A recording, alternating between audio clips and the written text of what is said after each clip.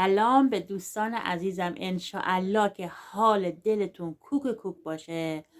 عزیزای دلم، برای طلسم و جادو پرسیده بودین، گفتین که ما طلسم شدیم، انگار جادو شدیم، سرمون درد میکنه، سردرگمیم، نمیدونیم چی کار کنیم، حال دلمون بده، استرس زیاد داریم، کاری نداره. وقتی که قرآن داریم چه غم و غصه‌ای باید داشته باشیم؟ قرآن رو باز کن، 40 مرتبه سوره فلق رو بخون، 40 مرتبه سوره ناس بخون، 40 مرتبه هم آیت الکرسی رو بخون، 40 روز، هر روز 40 مرتبه. بعد ببین که چقدر سبک میشی، چقدر حال دلت خوب میشه. اینها طلسم باطل میکنن. سوره های قرآنی طلسم و جادو رو باطل میکنن. انشاءالله که بخونی و هرچی طلسم و جادوه باطل بشه. میخوایم با هم در ماه مبارک رمضان یک ختم دست جمعی و گروهی برداریم. با هم هر روز روزی 14 مرتبه صلوات میفرستیم و هدیه میکنیم به امام زمان تا روز عید فطر.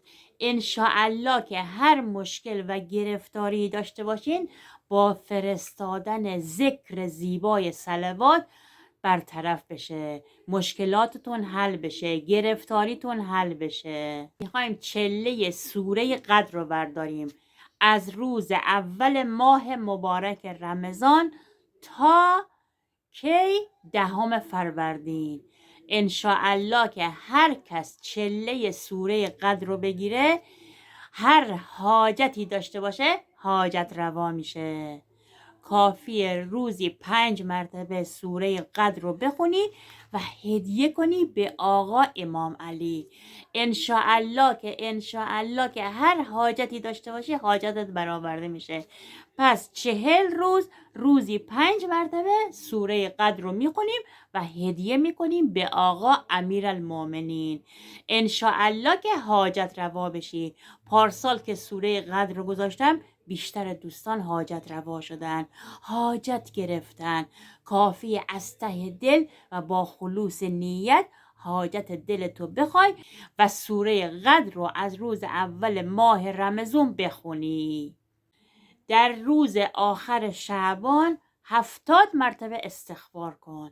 به قول شیخ نخودکی، برای حل مشکلات و ماه رمضان رو قشنگ شروع کنی، با دل خوش شروع کنی.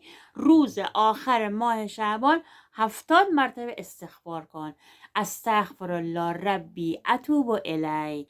شب اول ماه رمضان بعد از نماز مغرب و عشا 3 بار سوره فتح و پشت سر هم بخون تا آخر ماه رمضان سال آینده.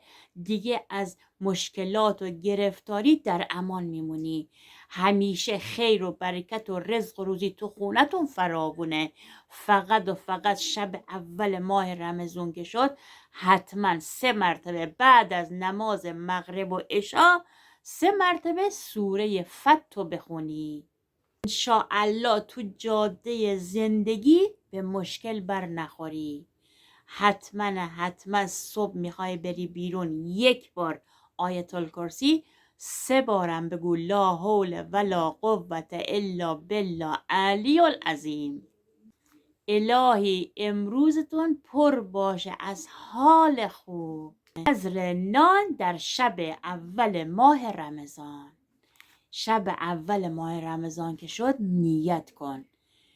هر مشکلی داری نیت کن، بگو من 14 تا نون شب 21 ماه رمضان پخش میکنم. بعد از شب اول ماه رمضان بخون 5 مرتبه سوره قدر، 100 مرتبه صلوات، 100 مرتبه هم بگو یا علی. علی یارت باشه، علی دستتو بگیره. انشاءالله هر مشکلی داری انشاءالله مشکلاتت حل بشه. نذر نمک در شب اول ماه رمضان. 5 تا دونه نمک میگیری، رو هر کدوم یک بار آیت الکرسی 3 مرتبه هم صلوات میفرستی. نمکار میذاری تو خونه که خیر و برکت و هرچی خیر و برکت برات پر بشه و هرچی انرژی منفیه از خونتون دور بشه. بعد شب 21 ماه رمضان که شد نمکار رو پخش میکنی. فروش ملک یا خانه با خواندن سوره زلزال 21 مرتبه بخون روی آب بپاش روی زمینه که میخوای بفروشی، دوره بر خونه که میخوای بفروشی. اگه ماشین رو میخوای بفروشی به فروش نمیره، کافیه همین آبو بریزی رو ماشین، ببین که چه زود فروخته میشه. اگر با من همراهی چنل یوتیوب ما فالو کن. التماس دعا پیشا پیش ماه رمضان به همه شما تبریک میگم.